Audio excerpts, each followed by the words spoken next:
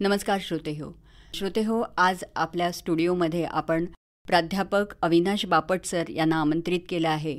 अनेक कथा, कविता, ललितलेख, कादंबरी, भूतकथा, बालकथा, कविता, विज्ञान कविता, मराठी आणि मालवणी कविता असा भरपूर लेखन त्यांनी केलेलं आहे. आज आपल्याला ते आपल्या काही कविता, काही बालकविता आणि व्यक्तिचित्रणाविषयी आपल्याशी संवाद साधणार आहेत. नमस्कार सर. नमस्कार मॅडम. कुठल्या कुठल्या विषयांवरती तुम्ही कविता केलेल्या आहेत? मराठीत माझे 3 कविता संग्रह आणि बालकविता संग्रह असा एकूण 4 कविता संग्रह प्रसिद्ध झालेले आहेत. सामाजिक, त्यानंतर कोकणचे प्रश्न, त्यानंतर इथला माणूस, इथली संस्कृती या संदर्भातल्या माझ्या कविता आहेत. तशात प्रेम कविता सुद्धा आहेत. बरं, आज कुठल्या कविता आम्हाला ऐकवणार? आज 3-4 मी मराठी कविता ऐकवणार आहे तुम्हाला. त्याच्यातली पहिली कविता आहे ती गुढीपाडव्या संदर्भातली आहे. ह्या महिन्यात आपला 9 वर्षाचा दिवस गुढीपाडवा आहे आणि त्यानिमित्त मी जी कविता केलेली आहे ती साकारू दे मूर्त, ही तुम्हाला मी वाचून दाखवतो. नक्की. माळ झुलू दे चैत्र घुडीची उंच अंबरात, नववर्षाचे नवसंकल्प साकारू दे मूर्त. विसरा सारे बुरे जे जे गत संवत्सरी, विसरा सारे बुरे जे जे गत संवत्सरी, मनामनात उभी होऊ दे ध्येयाची उभारी, मनामनात उभी होऊ दे ध्येयाची उभारी. श्री गणेश हा पाठी आहे व्हाल तुम्ही यशवंत, नववर्षाचे नवसंकल्प साकारू दे मूर्त.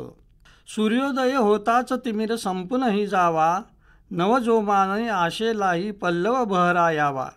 सूर्योदय होताच तिमिर संपूनही जावा, नवजोमाने आशेलाही पल्लव बहरा यावा. वसंत स्वप्ने फुलून येऊ दे रोमा रोमात, नववर्षाचे नवसंकल्प साकारू दे मूर्त. कीर्ती पताका फडकत राहो उंच आकाशी, क्षितिज तोकडे होईल मग तुझ्या पावलांची. कीर्ती पताका फडकत राहो उंच आकाशी, क्षितिज तोकडे होईल मग तुझ्या पावलांची. पदन्यास हा करा धीराने नवीन विश्वात, नववर्षाचे नवसंकल्प साकारू दे मूर्त. वाचन.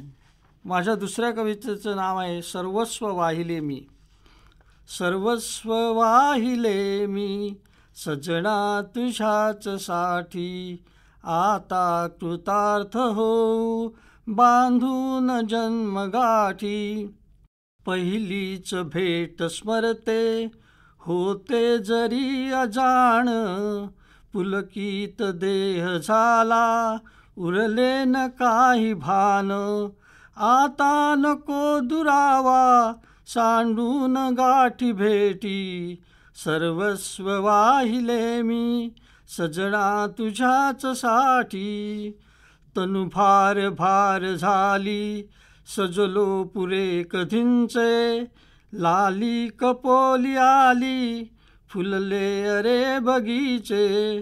टाळू नकोस नारे या सर्व प्रीत गोष्टी, सर्वस्व वाहिले मी सजना तुझ्याच साठी.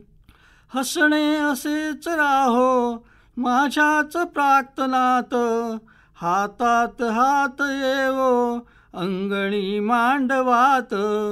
जाऊ नकोस आता तोडून प्रीत मिठी, सर्वस्व वाहिले मी सजना तुझ्याच साठी. वा. यानंतरची माझी कविता आहे मृगजळ. तुझं मंगळसूत्र गळ्यात बांधून घेताना माझीही काही चांदणी स्वप्न होती. तुझं मंगळसूत्र गळ्यात बांधून घेताना माझीही काही चांदणी स्वप्न होती. आयुष्याच्या हळदी संधी प्रकाशात झिरपणारी, आयुष्याच्या हळदी संधी प्रकाशात झिरपणारी. मनात घोळलेली आणि मधुर नशिली. तसं माझं वजाबाकीचं आयुष्य वावटळीत सापडलेलं, तसं माझं वजाबाकीचं आयुष्य वावटळीत सापडलेलं. प्रामाणिक आसऱ्याच्या शोधात, प्रामाणिक आसऱ्याच्या शोधात. एवढ्याच स्वप्नशिल्प होऊन तू आलास माझ्या पाऊलवाटांचा मागोवा घेत. एवढ्याच स्वप्नशिल्प होऊन तू आलास माझ्या पाऊलवाटांचा मागोवा घेत आणि तुझ्या कणखर बाहूंचा आधार देत. माझं तुकड्या तुकड्यांचं आयुष्य सांधायला, माझं तुकड्या तुकड्यांचं आयुष्य सांधायला तू आलास. पण तुझं ते फसवं नाटक होतं, पण ते तुझं फसवं नाटक होतं माझ्या आरसपानी सौंदर्यासाठी. मला तेही परवडलं असतं. पण तू सुरालयांचे दार ठोठावणारा, पिऊन मस्त धुंदीत राहणारा, माझ्या फुटक्या नशिबाचा पेला, त्यात आकांक्षाचा चुराडा उरलेला. माझं आयुष्य माझ्या ओंजळीतून वाळूसारखं निसटून गेलंय रे. उरले आहेत खडकाळ किनाऱ्यावर धडकत राहणाऱ्या अश्रूंच्या लाटा फक्त. यानंतरची कविता आहे या चंदनी तनूला. पहिलीच रात्र आहे सजना नकोस जाऊ, या चंदनी तनूला विरही नकोस ठेवू. जाऊ नकोस आता दर्या भयाण आहे, लोटू नकोस होडी वारा तुफान आहे. चल गीत हे प्रीतीचे दोघे सुरात गाऊ, या चंदनी तनूला विरही नकोस ठेवू. चांदण्या दडून गेल्या आकाश ढगाळलेले, तारू तुझेच सजना आहे अधीरलेले. अनुराग या घडीला दोघे सुखात राहू, या चंदनी तनूला विरही नकोस ठेवू. शपथा किती मी घालू भरती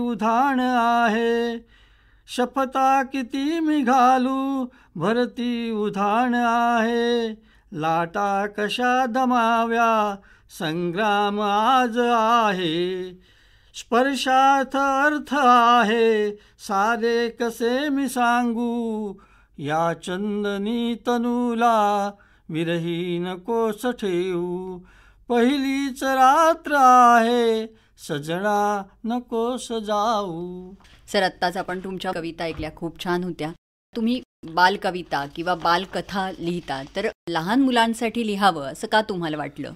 एक तर लहान मुलांसाठी लेखन करणाऱ्या व्यक्ती फार कमी आहेत आणि लहान मुलांसाठी लेखन करत असताना त्यांच्यावर संस्कार झाले पाहिजेत, त्यांना काहीतरी त्या लेखनामागून मिळालं पाहिजे.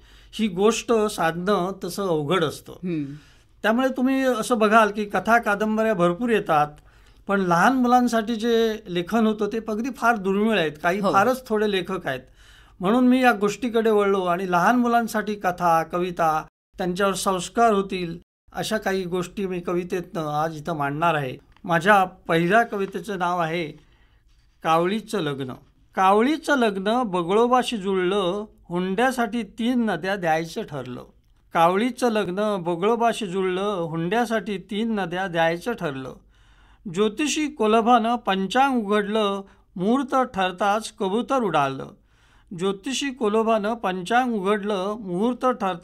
कबूतर उडालं. मांडव सजावट उंच उंटानं केली, तोरणं झुमरं रात्री उंदराने लावली. माकडानं लावली दारापुढे कमान, कुत्र्याने टवकारले पहाऱ्यासाठी कान. आचार्याचं काम मनीमाऊवर आलं, खीरपुरीच्या फक्कड बेताचं ठरलं.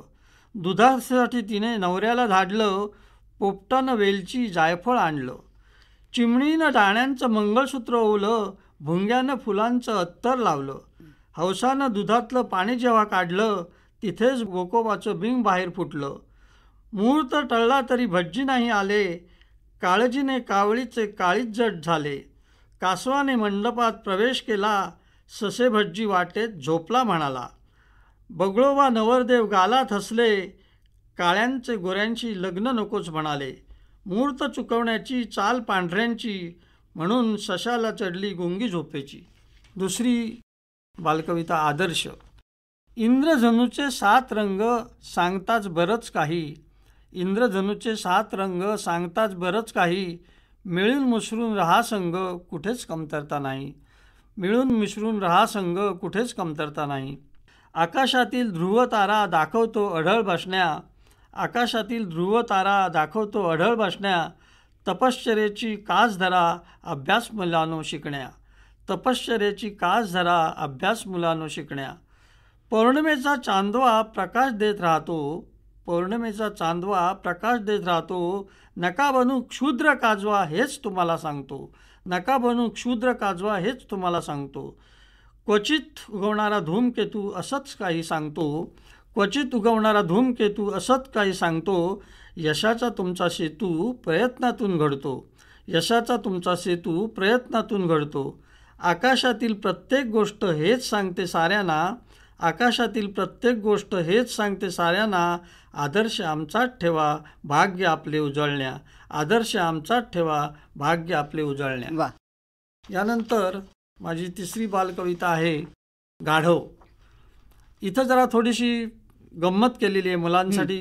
सगळंच काही त्यांना उपदेश करून भागत नाही, त्यांना गंमत असलेल्या काही कविता आवडतात. म्हणून मी लोकांना कदाचित हे नाव वेगळं वाटेल. गड्डा झब्बू खेळायला प्राणी सगळे जमले, पत्ते पिशीचे काम वांद्रीने घेतले. गड्डा झब्बू खेळायला प्राणी सगळे जमले, पत्ते पिशीचे काम वांद्रीने घेतले. इस्पिकचा एक्का अस्वलाने टाकला, पहिला एक हात असाच सुटला. इस्पिकचा एक्का अस्वलाने टाकला, पहिला एक हात असाच सुटला. बदामी एक्कामध्येच गाढवाने टाकला, कुत्र्याने जीभ हलवत गड्डा झब्बू दिला. बदामी एक्कामध्येच गाढवाने टाकला, कुत्र्याने जीभ हलवत गड्डा झब्बू दिला. वाघाने टाकले किलवरचे पान, जिराफानं सोडवलं मोठं आपलं पान. वाघाने टाकले किलवरचे पान, जिराफानं सोडवलं मोठं आपलं पान. माकडाने टाकली हलकी चौकट दुरी, गाढवाने राखली मोठी पाने सारी. माकडाने टाकली हलकी चौकट दुरी, गाढवाने राखली मोठी पाने सारी. सिंहाने टाकला बदामी बादशाह, सिंहाने टाकला बदामी बादशाह, बोल बोल म्हणता हात जमले पहा. चित्त्याची चपळाई लहान पाने राखली, हत्तीने मोठी मोठी पाने सोडून घेतली. चित्त्याने चपळाईने लहान पाने राखली, हत्तीने मोठी मोठी पाने सोडून घेतली. गाढव सोडून एक एक प्राणी सुटला, गाढवावर शिक्का गाढव कायमचा बसला. गाढवावर शिक्का गाढव कायमचा बसला. सर, व्यक्तिचित्रण हे देखील तुम्ही केलेलं आहे, तर आज आम्हाला कोणाचं व्यक्तिचित्रण ऐकवणार आहात तुम्ही? व्यक्तिचित्रण म्हणजे संबंधित जी व्यक्ती असते तिच्या संदर्भात लेखकाच्या चष्म्यातून जे काय आपण बघतो ते म्हणजे व्यक्तिचित्रण. बरोबर. प्रत्येक माणसाला दर दिवशी हजारो व्यक्ती दिसत असतात, परंतु लेखकाचा जर चष्मा नसेल तर ती व्यक्ती व्यक्तिचित्रणासाठी निवड होऊ शकत नाही. बरोबर. त्या व्यक्तीतलं वेगळेपण हे लेखकालाच लक्षात येतं. इथं वामन नातू आनंदी भीष्म हे एक मी व्यक्तिचित्रण आपणासमोर सादर करणार आहे. कारण वामन या व्यक्तीला मी लहानपणापासून बघत आलेला आहे. एक धागा सुखाचा 100 धागे दुःखाचे असं गाणं ऐकलं की वामन बाळकृष्ण नातू याचा चेहरा आणि चर्या माझ्या डोळ्यासमोर उभी राहते. वामन का जगतो असा प्रश्नही माझ्या मनात येऊन जायचा. वामनचं जीवन वरपांगी सुखी यशस्वी असं कोणासही दिसणार नाही, परंतु वामन मनस्वी सुखी जीवन जगत होता. तो ब्रह्मचारी होता. सर्वस्वानं सर्व अर्थानं खरं होतं का हे माझ्या मनात प्रश्न आला. वामन नातूचं आजचं वय 66 वर्ष आहे. माझ्या वडिलांचा तो क्लासमेट. हाफ पॅन्टीतली वामन मूर्ती अगदी बटू वामनासारखीच. लालसर गोरा गोरा चेहरा, आता वयोमानानुसार सुरकुतलेले तोंडावरचे त्वचा, पान सुपारीमुळे दात शाबूत पण न बघण्यासारखे. अजूनही वामन सांगतो की मी सोललेली सुपारी दाढेन धरून फोडतो. व माझ्या वयाच्या 6व्या वर्षीपासून गेली 40 वर्षे मी वामनला बघतो आहे. तो गावचा अण्णा टेलर म्हणून. अण्णाकडं दिलेलं कापड खात्रीनं हवं तसं शिवून मिळणार, शिंपी पण वारभरही कापड न खाणारा आणि वाजवी शिलाई घेणारा, प्रसंगी घरपोच कपडे नेऊन देणारा वामन टेलर खूप विक्षिप्त वागायचा. तेव्हा मी अस्वस्थ व्हायचो. त्याच्या घरच्यांना आणि आम्हा शेजाऱ्यांना वामन जेवढा विचित्र वाटे तेवढ्या परक्या माणसाला तो विचित्र वाटत नसे तर जवळचा वाटत असे. घराच्या बाहेर अदबीनं वागणारा बोलणारा वामन शिलाई मशीनवर बसला की दिवसातून निदान 2-3 वेळा ती नावाच्या व्यक्तीला शिव्यांची लाखोली व्हायच्या. अर्थात ती कोणतीही कळलं नव्हतं मला. तो घराच्या बाजूला त्याच्यासाठी असलेल्या स्पेशल खोलीत शिलाई काम करायचा. त्याची शिलाईची बॅटिंग सुरू झाली की त्याच्या खोलीत जवळ आसपास कोणी फिरकायचं नाही. वामन चुलत भावाकडे राहायचा. एकटा जीव सदाशिव याप्रमाणे तो जगत असायचा. वामन शिव्या कोणाला देतो हे खुद्द त्याच्या घरात माहीत नव्हतं, तर मला शेजाऱ्यानं ते कसं काय समजणार. पण ज्या व्यक्तीला शिव्या ज्या संदर्भात असत त्यावरून वामनचा जीवघेणा प्रेमभंग झालेला दिसत असे. मलाच काय, कोणालाही अद्याप वामनने आपलं हे शिव्या प्रकरण सांगितलं नव्हतं. आता सर्वांच्या दृष्टीनं ते रुटीन झालं होतं. मी मात्र उत्सुकता सोडली नव्हती. माझी अगदी पहिली वहिली खाकी हाफ पॅन्ट शिवून ती अंगात चढवण्याचं कामही माझ्या वयाच्या 5व्या वर्षी वामननं केलं होतं. म्हणून म्हणा किंवा माझ्यातील साहित्यिक नजरेमुळे म्हणा, मला वामनबद्दल कुठेतरी आपुलकी वाटायची. वामनला बोलतं करणं फारच अवघड होतं, किंबहुना तो कामाशिवाय बोलायचा नाही. वामनच्या आणखी 2 विचित्र सवयी लोकांना त्रास देणाऱ्या नव्हे, पण वेगळ्या मात्र होत्या. पहिली अशी की सकाळी 5 वाजता उठून व्यायाम आणि अंघोळ, अगदी थंड पाण्याची भर थंडीच्या दिवसात. आणि दुसरी अशी की लगेच मोठमोठ्याने मंत्र म्हणून केलेली देवपूजा. एखाद्या वेळ खुद्द परमेश्वराला एवढ्या पहाटे आंघोळीला बसायला जमणार नसलं तरी वामन सक्तीनं त्यांना आंघोळ घालत असे. पूजा होत आली की मात्र त्याला चहा होत असे आणि ती भावजय त्याला तेवढा द्यायची. चहा पिऊन होताच तो 1.5 किलोमीटरवर पायी जाऊन गावच्या सरपंचाच्या हॉटेलमधील भजी आणि चहा पीत असे. आजवरच्या त्याच्या आयुष्यात देवपूजे एवढंच प्रामाणिकपणे हे भजी खाणं त्यानं पार पाडलेलं होतं. अजूनही झेपत नाही तरी वाकडी पाठ करून तो दिवसातून एकदा तरी हॉटेलात जातो. वाटेत 5-6दा बसतो. पायाच्या पोटऱ्या दुखतात म्हणून पॅन्टीना घालायच्या नाड्याने पोटऱ्या एवढ्या करकचून बांधतो की रक्तप्रवाह बंद पडावा की काय. हातावर घड्याळ बांधलेलं असतं, त्याच्यावर तो सारख्या वेळ बघत असतो. वातावर पट्टे बांधणे हा उपाय त्याला कोणी सांगितला हे माहीत नाही. कुठल्या डॉक्टरकडनं तो शिकून आला माहीत नाही. कारण वामनला त्याच्या आयुष्यात अद्याप तरी दवाखान्याची पायरी चढावी लागली नव्हती. पान सुपारी सोडली तर महिन्यातून 2दा तालुक्याला एसटीतून जाणं हा त्याचा दुसरा छंद होता. तालुक्याच्या बाजारपेठेत 2-3 वेळा फिरून पान सुपारी खाणं, काही वस्तू हव्या असलं तर घेणं, यांची खरेदी केली तर करायचा आणि शिलाई मशीनचे स्पेअर पार्ट घेऊन किंवा कापड घेऊन तो परतायचा. याचबरोबर त्याच्याकडे शेजाऱ्यापाजाऱ्यांची तालुक्याहून आणण्याची औषधं त्याच्याकडे असायची. औषधं आणली म्हणून देऊ केलेले 4-8 आठाने तो सुद्धा घ्यायचा नाही, परत करायचा. वामन नातू गाववाल्यांना परोपकारी परमेश्वर वाटायचा. असा त्या दिवशी तालुक्याला जाताना वामन नातू माझ्या जवळच्या सीटवर बसला होता. गाडीचा प्रवास रंगात आला आणि त्याच्या गप्पाही रंगात आल्या होत्या. अगदी मोजकं बोलणारा वामन त्या दिवशी दिलखुलास बोलत होता. माझ्यातला साहित्यिक जागा झाला. मी नकळत त्याची मुलाखत सुरू केली. आपण ब्रह्मचारी का राहिलात? वामनचा चेहरा थोडासा धीरगंभीर झाला, पण लगेच तो म्हणाला, आपणाला सांगायलाच हवं का? होय, मी कोणाला सांगणार नाही, आपण निश्चितपणे मला सांगा. मी म्हटलं. पुण्याच्या काकांच्या टेलरिंग फर्ममध्ये मी काम करत असताना तिथे एक तरुणी नेहमी कपडे शिवायला आमच्याकडे यायची. मी शिवलेले ब्लाऊज तिला योग्य वाटायचे. 1 वर्षात तिनं असे बरेच ब्लाऊज शिवून नेतले. ओळख वाढली. तिनं मला आपल्या खोलीवर चहा पाण्याला बोलवलं. अदबीनं स्वागत केलं. शेजारणीकडे उत्तम टेलर म्हणून तिनं माझं तोंडभर कौतुक केलं. काकांना यातलं काहीच माहीत नव्हतं, पण माझ्या सहकाऱ्यांनी माझी खूप चेष्टा केली. मध्यंतरी बरेच दिवस ती आली नाही. जेव्हा परत आली त्यावेळी तिने एकदम 10 ब्लाऊज शिवायला टाकले. मी ते सारे उत्साहाने शिवून दिले.